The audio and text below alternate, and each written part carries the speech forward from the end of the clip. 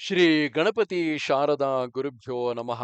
ಯತ್ರ ಯೋಗೇಶ್ವರ ಕೃಷ್ಣೋ ಯತ್ರ ಪಾರ್ಥೋ ಧನುರ್ಧರ ತತ್ರ ಶ್ರೀ ವಿಜಯ ಭೂತಿರ್ಧ್ರುವ ನೀತಿರ್ಮತಿರ್ಮಮ. ಶ್ರೋತೃಗಳಿಗೆ ಶ್ರೀ ಅಳಸಿಂಗರಾಚಾರ್ಯ ವಿರಚಿತ ಶ್ರೀ ವ್ಯಾಸ ಮಹರ್ಷಿ ಪ್ರಣೀತ ಶ್ರೀಮನ್ ಮಹಾಭಾರತದ ಶಲ್ಯ ಪರ್ವದಲ್ಲಿ ಜನಮೇಜಯನು ವೈಶಂಪಾಯನನಿಗೆ ಬಲರಾಮನ ತೀರ್ಥಯಾತ್ರೆಯ ವಿವರವನ್ನು ತಿಳಿಸಲಾರಂಭಿಸಿ ಪ್ರಭಾಸ ತೀರ್ಥಕ್ಕೆ ಆ ಹೆಸರು ಬರಲು ಕಾರಣವನ್ನು ಹೇಳಿದುದು ಎಂಬ 35ನೆಯ ಅಧ್ಯಾಯಕ್ಕೆ ಸ್ವಾಗತ. ಈ ನಡುವೆ ಜನಮೇಜಯನು ವೈಶಂಪಾಯನನನ್ನು ಕುರಿತು, ಮುನೀಂದ್ರ, ಹಿಂದೆ ಯುದ್ಧವು ಪ್ರಾರಂಭಿಸಿದ ತರುಣದಲ್ಲಿ ಬಲರಾಮನು ತಾನು ಧೃತರಾಷ್ಟ್ರ ಪುತ್ರನಾದ ದುರ್ಯೋಧನನಿಗಾಗಲಿ ಪಾಂಡವರಿಗಾಗಲಿ ಸಹಾಯ ಮಾಡುವುದಿಲ್ಲವೆಂದು ತನ್ನ ಇಷ್ಟಾನುಸಾರವಾಗಿ ಹೋಗುವೆನೆಂದು ಕೃಷ್ಣನೊಡನೆ ಹೇಳಿ ವೃಷ್ಣಿಗಳೊಡನೆ ಹೊರಟು ಹೋದನಲ್ಲವೇ? ಆತನು ಹೋದ ವೃತ್ತಾಂತವನ್ನೆಲ್ಲ ವಿವರವಾಗಿ ನನಗೆ ತಿಳಿಸು. ಬಲರಾಮನು ಹಿಂತಿರುಗಿ ಬಂದುದು, ಅವನು ಯುದ್ಧವನ್ನು ನೋಡಿದುದು, ಅವೆಲ್ಲವನ್ನೂ ತಿಳಿಸು ಎನ್ನಲು ವೈಶಂಪಾಯನನು ಹೇಳುತ್ತಾನೆ. ಓ ಮಹಾಬಾಹು, ಮಹಾತ್ಮರಾದ ಪಾಂಡವರು ಉಪಪ್ಲವ್ಯದಲ್ಲಿದ್ದಾಗ ಲೋಕಕ್ಷೇಮಕ್ಕಾಗಿಯೂ ಕೌರವ ಕುಲದಲ್ಲಿರುವ ವೈರವನ್ನು ಅಡಗಿಸುವುದಕ್ಕಾಗಿಯೂ ಅವರು ವಾಸುದೇವನನ್ನು ದುರ್ಯೋಧನನ ಬಳಿಗೆ ಕಳುಹಿಸಿದರು. ಆತನು ಹಸ್ತಿನಾಪುರವನ್ನು ಸೇರಿ ಧೃತರಾಷ್ಟ್ರನ ಸಮೀಪಕ್ಕೆ ಬಂದು ಧರ್ಮಯುಕ್ತಗಳಾದ ಹಿತವಚನಗಳನ್ನಾಡಿದನು. ಆದರೆ ಧೃತರಾಷ್ಟ್ರನು ಕೃಷ್ಣನು ಹೇಳಿದಂತೆ ನಡೆಯಲಿಲ್ಲ. ಅದರಿಂದ ಕೃಷ್ಣನು ಸಂಧಿಯನ್ನು ನಡೆಸಲಾರದೆ ಉಪಪ್ಲಾವ್ಯಕ್ಕೆ ಹಿಂತಿರುಗಿ ಬಂದು ಬಿಟ್ಟನು.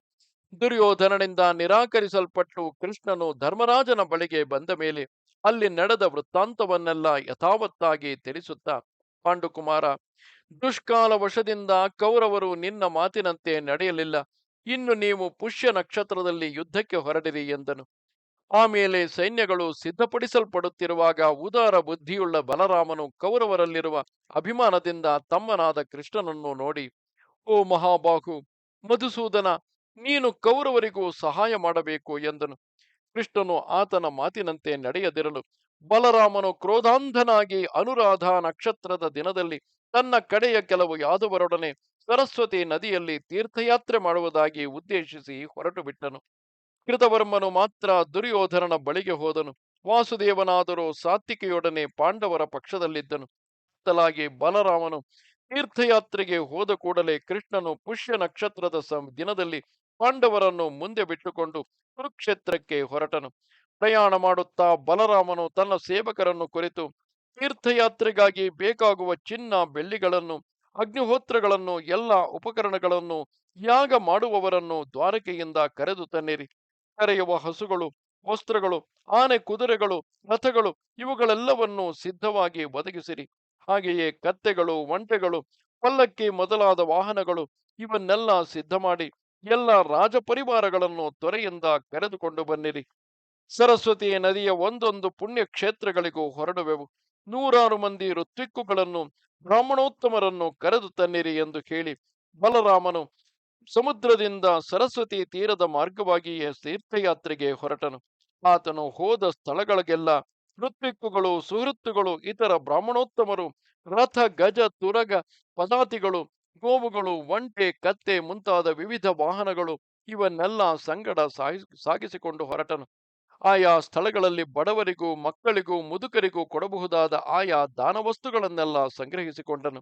ಅಲ್ಲಲ್ಲಿ ಭೋಜನವನ್ನು ಅಪೇಕ್ಷಿಸುತ್ತಿರುವವರಿಗೆ ಆಗಾಗ ಅನ್ನವು ಸಿದ್ಧವಾಗುತ್ತಿತ್ತು. ಯಾವ ಯಾವ ಕಾಲದಲ್ಲಿ ಯಾವ ಯಾವ ಬ್ರಾಹ್ಮಣರು ಯಾವ ಯಾವ ಸ್ಥಳದಲ್ಲಿ ಪೂಜಾರ್ಹವಾದ ವಸ್ತುವನ್ನು ಪೂಜೆಗಾಗಿ ಅಪೇಕ್ಷಿಸುವರೋ ಆಗಾಗ ಆಯಾ ಬ್ರಾಹ್ಮಣರಿಗೆ ಆಯಾ ಸ್ಥಳಗಳಲ್ಲಿಯೇ ಅಪೇಕ್ಷಿತ ವಸ್ತುಗಳನ್ನು ಆತನ ಕಡೆಯವರು ಒದಗಿಸುತ್ತಿದ್ದರು. ಬಲರಾಮನ ಆಜ್ಞೆಯಂತೆ ಆತನ ಕಡೆಯವರು ಹೋದ ಕಡೆಗಳಲ್ಲೆಲ್ಲ ಅನ್ನದ ರಾಶಿಯನ್ನು, ವಿವಿಧ ಪಾನೀಯಗಳನ್ನು ಸಮೃದ್ಧವಾಗಿ ಸಿದ್ಧಪಡಿಸುತ್ತಿದ್ದರು. ಅಲ್ಲಲ್ಲಿ ಅರ್ಥಿಗಳಾದ ಬ್ರಾಹ್ಮಣರ ಪೂಜೆಗಾಗಿ ಅಧಿಕ ಬೆಲೆಯ ವಸ್ತ್ರಗಳನ್ನು, ಮಂಚಗಳನ್ನು, ಹೊದಿಕೆಗಳನ್ನು ಒದಗಿಸುತ್ತಿದ್ದರು. ಯಾವ ಸ್ಥಳದಲ್ಲಿ ಯಾವ ಬ್ರಾಹ್ಮಣನು ತನಗೆ ಭೋಗವಸ್ತುಗಳನ್ನು ಬಯಸಿದರೂ ಆಯಾ ಸ್ಥಳಗಳಲ್ಲಿ ಆ ಬ್ರಾಹ್ಮಣನಿಗಾಗಿ ಎಲ್ಲವೂ ಸಿದ್ಧಪಡಿಸಲ್ಪಡುವವು. ಹೀಗೆ ಬಲರಾಮನು ಯಾತ್ರೆ ಹೊರಟಾಗ ಜನರೆಲ್ಲ ಅವರ ಸೌಕರ್ಯಾನುಸಾರವಾಗಿ ಹೊರಟು ಅವನು ನಿಂತರೆ ತಾವು ಅಲ್ಲಲ್ಲಿ ತಂಗುವರು. ಸಂಚರಿಸಲು ಅಪೇಕ್ಷಿಸುವವರಿಗೆ ವಾಹನಗಳನ್ನು, ದಾಹಗೊಂಡವರಿಗೆ ಪಾನೀಯಗಳನ್ನು, ಹಸಿದವರಿಗೆ ರುಚಿಯಾದ ಅನ್ನಗಳನ್ನು, ವಸ್ತ್ರಾಭರಣಗಳನ್ನು ಅಲ್ಲಲ್ಲಿ ಒದಗಿಸುತ್ತಿದ್ದರು. ರಾಜ, ಆ ಪ್ರಯಾಣವು ಎಲ್ಲರಿಗೂ ಸುಖಕರವಾಗಿ ಸ್ವರ್ಗ ಸಮಾನವಾಗಿ ತೋರಿತು. ಎಲ್ಲೆಲ್ಲಿ ನೋಡಿದರೂ ರುಚಿಕರವಾದ ಭಕ್ಷಣಗಳು, ಎಲ್ಲಿ ನೋಡಿದರೂ ಅಲ್ಲಿ ಜಲ ಸಮೃದ್ಧಿ, ಅಲ್ಲಲ್ಲಿ ಅಂಗಡಿ ಬೀದಿಗಳು, ಅಲ್ಲಲ್ಲಿ ಮಾರಾಟಕ್ಕೆ ತಕ್ಕ ವಸ್ತುಗಳು, ನಾನಾ ಬಗೆಯ ಜನಸಮೂಹಗಳು, ಹಲವು ಬಗೆಯ ಮರಗಿಡಗಳು, ವಿಚಿತ್ರ ಧ್ವಜಗಳು, ರತ್ನಗಳಿಂದ ಅಲಂಕೃತವಾದ ರಮ್ಯ ಪ್ರದೇಶಗಳು ಇವೆಲ್ಲ ಒದಗುತ್ತಿದ್ದವು. ಅಲ್ಲಲ್ಲಿನ ಪುಣ್ಯ ತೀರ್ಥಗಳಲ್ಲಿ ಸಹೃದಯರಿಗೆ ಬೇಕಾದ ಉತ್ತಮ ಪದಾರ್ಥಗಳನ್ನು, ಬ್ರಾಹ್ಮಣರಿಗೆ ಯಾಗ ದಕ್ಷಿಣೆಗಳನ್ನು ಕೊಡುತ್ತಿದ್ದನು. ಅಲ್ಲಲ್ಲಿ ಬ್ರಾಹ್ಮಣರಿಗೆ ವಸ್ತ್ರಭೂಷಣಾಲಂಕೃತಗಳಾದ ಸಾವಿರಾರು ಕರೆಯುವ ಹಸುಗಳನ್ನು, ನಾನಾ ದೇಶಗಳಲ್ಲಿ ಹುಟ್ಟಿದ ಕುದುರೆಗಳನ್ನು, ವಾಹನಗಳನ್ನು, ಒಳ್ಳೆಯ ಸೇವಕರನ್ನು ದಾನವಾಗಿ ಕೊಡುತ್ತಿದ್ದನು. ಮತ್ತು ಅಲ್ಲಲ್ಲಿ ರತ್ನಗಳು, ಮುತ್ತುಗಳು, ಮಣಿಗಳು, ಹವಳಗಳು, ಚಿನ್ನ ಬೆಳ್ಳಿಗಳು, ಕಂಚಿನ ಪಾತ್ರೆಗಳು, ತಾಮ್ರದ ಪಾತ್ರೆಗಳು ಇವುಗಳನ್ನೆಲ್ಲ ಕೊಟ್ಟನು. ಹೀಗೆ ಬಲರಾಮನು ಅಲ್ಲಿ ಬಂದವರಿಗೆಲ್ಲ ಅಪಾರ ದ್ರವ್ಯವನ್ನು ಕೊಡುತ್ತಾ ಯಾತ್ರೆಯನ್ನು ಮುಗಿಸಿಕೊಂಡು ಕುರುಕ್ಷೇತ್ರಕ್ಕೆ ಬಂದು ಸೇರಿದನು ಎಂದನು. ಆಗ ಜನಮೇಜಯನು, ಮುನೀಂದ್ರ, ಸರಸ್ವತಿ ನದಿಯ ತೀರ್ಥಘಟ್ಟಗಳ ಮಹಿಮೆಯನ್ನು, ಅವುಗಳ ಉತ್ಪತ್ತಿ ಕ್ರಮವನ್ನು, ಅದರಲ್ಲಿ ಸ್ನಾನ ಮಾಡುವುದರಿಂದಾಗುವ ಫಲಸಿದ್ಧಿಗಳನ್ನು ನನಗೆ ವಿವರಿಸಬೇಕು. ಅವುಗಳನ್ನು ಕೇಳುವುದರಲ್ಲಿ ಕುತೂಹಲಗೊಂಡಿರುವೆನು ಎನ್ನಲು ವೈಶಂಪಾಯನನು, ಓ ರಾಜೇಂದ್ರ, ಪರಿಶುದ್ಧವಾದ ಆ ತೀರ್ಥಗಳ ಗುಣಗಳನ್ನು, ಉತ್ಪತ್ತಿಗಳನ್ನು ಪೂರ್ಣವಾಗಿ ವಿವರಿಸುವೆನು ಕೇಳು. ಯಾದವ ವೀರನಾದ ಬಲರಾಮನು ಮೊದಲು ಪ್ರಭಾಸ ತೀರ್ಥಕ್ಕೆ ಬಂದನು. ಹಿಂದೆ ಕ್ಷಯರೋಗ ಪೀಡಿತನಾಗಿದ್ದ ಚಂದ್ರನಿಗೆ ಅಲ್ಲಿಯೇ ಶಾಪ ವಿಮೋಚನವಾಗಿ ತಿರುಗಿ ಅವನು ತನ್ನ ಪೂರ್ಣ ಕಲೆಯನ್ನು ಹೊಂದುವಂತಾಯಿತು. ಅದರಿಂದಾಚೆಗೆ ಅವನು ಮೊದಲಿನಂತೆ ಪ್ರಪಂಚಕ್ಕೆಲ್ಲ ಬೆಳಕನ್ನು ಕೊಡುತ್ತಿರುವನು. ಅಂತಹ ಪುಣ್ಯಕರವಾದ ಪ್ರಭಾಸ ತೀರ್ಥಕ್ಕೆ ಬಲರಾಮನು ಋತ್ವಿಕ್ಕುಗಳೊಡನೆಯೂ ಬಂಧುಗಳೊಡನೆಯೂ ಬ್ರಾಹ್ಮಣ ಸಮೂಹಗಳೊಡನೆಯೂ ಬಂದು ಸೇರಿದನು. ಈ ಭೂಮಿಯಲ್ಲಿರುವ ತೀರ್ಥಗಳೊಳಗೆಲ್ಲ ಅದು ಮಹಾಶ್ರೇಷ್ಠವಾದುದು.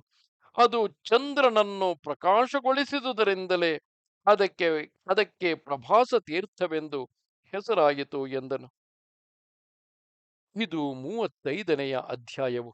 ನಮಸ್ತೆ ಶಾರದೆ ದೇವಿ, ಕಾಶ್ಮೀರ ಪುರವಾಸಿನಿ, ತ್ವಾಮಹಂ ಪ್ರಾರ್ಥೆಯೇ ನಿತ್ಯಂ, ವಿದ್ಯಾದಾನಂಚ ದೇಹಿಮೆ. ನಮಸ್ಕಾರ.